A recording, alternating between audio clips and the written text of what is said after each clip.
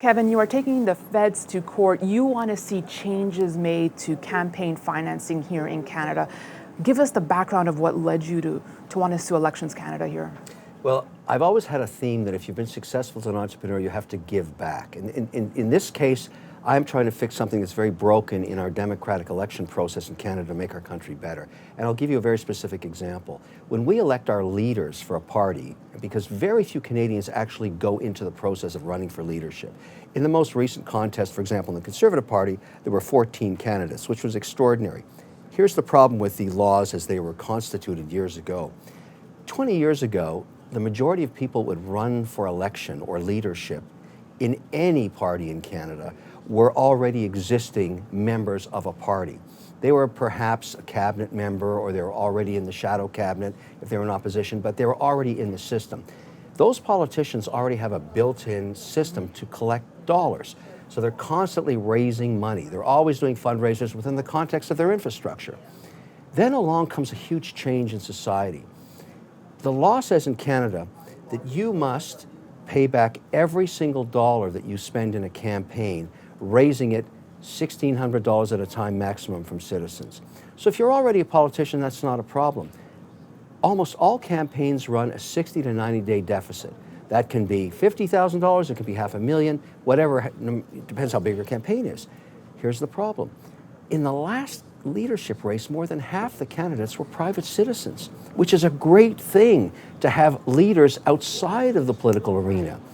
You want to have some better managers come in. What happens when they lose and they have a deficit? How do they raise money? They have no system. Right. And we throw them in jail for 90 days. We take away their personal freedom. We imprison them in a federal prison if they can't pay it back. I argue that's unconstitutional. Nobody knows that. So I'm challenging that rule because what's happening is it selects for already existing politicians, which reduces choice and breeds mediocrity. How else do you explain a Kathleen Wynne or a Rachel Notley or a McGuinty? Nice people, terrible managers, bad fiduciaries, horrible outcomes, billions in deficit. We didn't have any other choice. We had no other choice except these immensely weak managers. I want that to change in Canada. I'm litigating through an application. I'm going to change this law for the better of the country, or I'll spend a lot of money trying. So you currently owe, what is it, over $400,000? I owe 410. Well, it's a little less now because I'm raising money. And the only reason I can do it is I can afford to match those funds with charities. So if you're going to give me $1,600, I'll match it to a charity. I'm just trying to understand the reasoning behind the government's bottleneck system, it seems here. Well, they claimed they wanted to stop wealthy people from buying elections. But I'd argue, okay, if you're only limiting a $1,600 contribution, what wealthy person can do anything? They can't. They have to go and raise money $1,600 at a time. If the race is over and they've lost and they're leaving politics, why not force them to pay their debt back? Because the only person you're hurting is the small vendor, the caterer, the printer, the hall owner that you had your fundraiser at. They never get paid back. They never get paid back. So what do you say when people say, well, Kevin, you knew this going in, that these were the rules? Sure. My point is, I'm being selected against because I don't have the infrastructure of a party to help me fundraise. It's impossible now. And you have to pay within a 3-year... 36 months. Can you ask for an extension? Can that 3 years be extended? You can apply, but it doesn't mean you'll get it. And the outcome is you go to prison. Now, nobody's gone to prison, so which means the rules aren't being applied anyways. One of two things has to happen. Most politicians have never paid their debt back.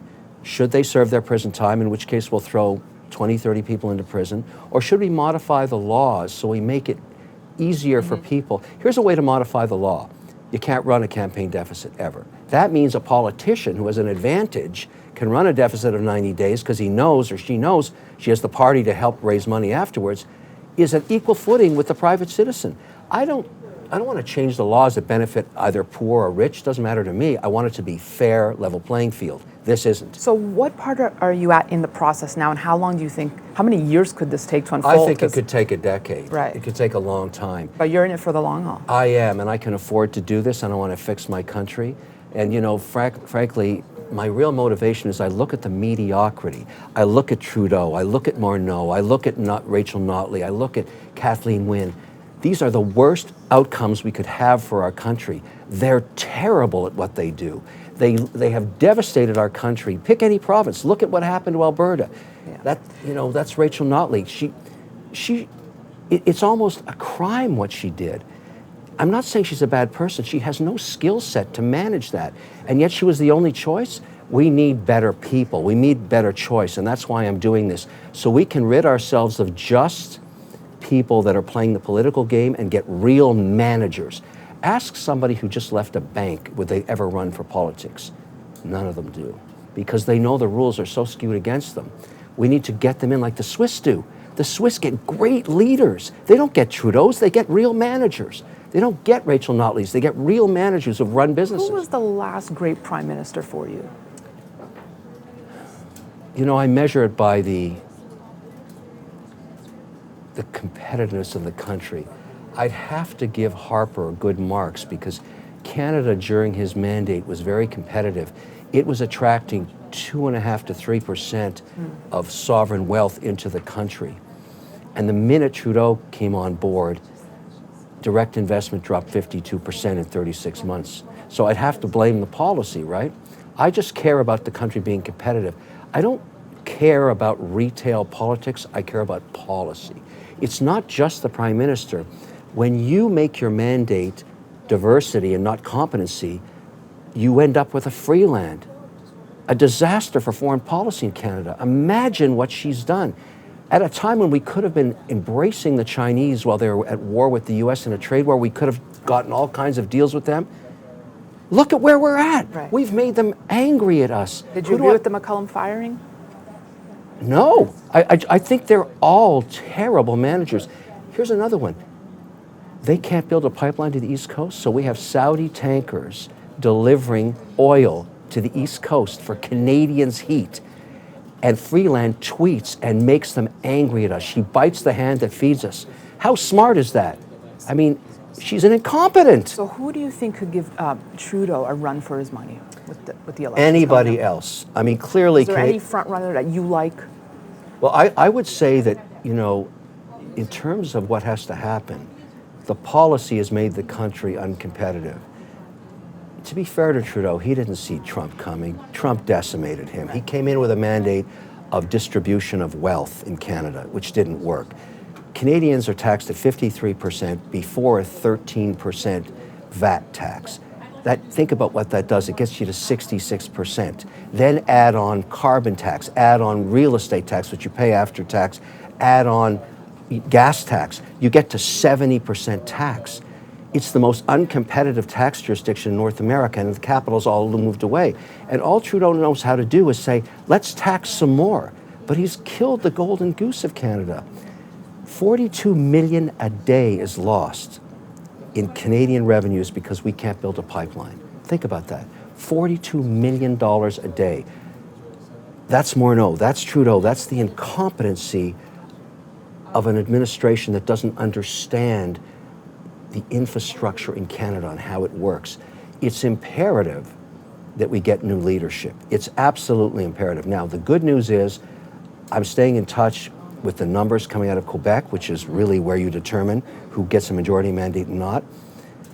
Quebec is slowly leaning against Trudeau because I guess they're looking at him saying, this guy doesn't know what he's doing. And you would think he had almost 70 or 80% of the votes there. My best guess right now, if you were to make a bet, I think Trudeau gets a minority mandate, which would, in the next election, which would be excellent because he couldn't do any more damage. We wait out 36 months, we'd help him find a job somewhere else. This guy has to find a real job somewhere one day because it's not running Canada. Or the best case is a minority mandate or majority mandate for any other party. Maxime Bernier, you supported him I in did. his bid for the Conservative Party, but not as an independent. No. It's a simple, I love Max. We know each other very, very well. And I had 2 long discussions with him about this. What I wanted, doesn't matter what I want, it's what Max wants. Max is running his own thing, was him to stay within the party for the next 10 months to help Scheer win a majority mandate. That would have been very good for Max too, and I'll tell you why. Think about it this way, and I have a unique perspective on this because Scheer and I and Max, were running together for a long time in the leadership race, and they were all viable candidates. Let's say Scheer doesn't make it. The next stop for leadership in the Conservative Party would have been Max. However, I think, my guess is, there's a high probability, maybe more than 50% now, that Scheer is going to be the next Prime Minister. Because in Canada, we don't hire new Prime Ministers, we fire old ones. Nobody knew who Harper was. That's why I'm campaigning with Scheer now. I'm ready to do whatever it takes to get people out to listen to him, because he's got a message of how do we reverse the Trudeau mandates to make the country more competitive? How do we fix Alberta? How do we stop looking so bad internationally? What do we do to make the country a place that attracts capital, creates jobs, as opposed to being decimated? That's a good message.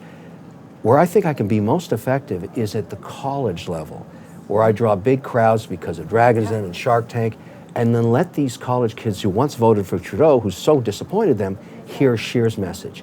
That's the plan. We just did Ryerson, sold it out. We're going to go west, we're going to sell it out. Those kids are going to hear Scheer. And as much damage as I can do to Trudeau, I pledge to the Canadian people I'll do everything in my power to replace him. Well, he is terrible. Just to wrap, Kevin, would you ever consider giving it a go again? I think right now my hands are full. I mean, I want to stay involved to the extent I can to support a change in leadership. I'll do anything in my power to do that, as I've just stated. To get back into the grind of that again when everything's already structured for an election is pointless at this point. Never say never to anything, but we've got to get, in 10 months, our country has a very important decision. We need to get rid of the incompetency. The best analogy is a spatula. We need to scrape out all of those people who are such incompetents.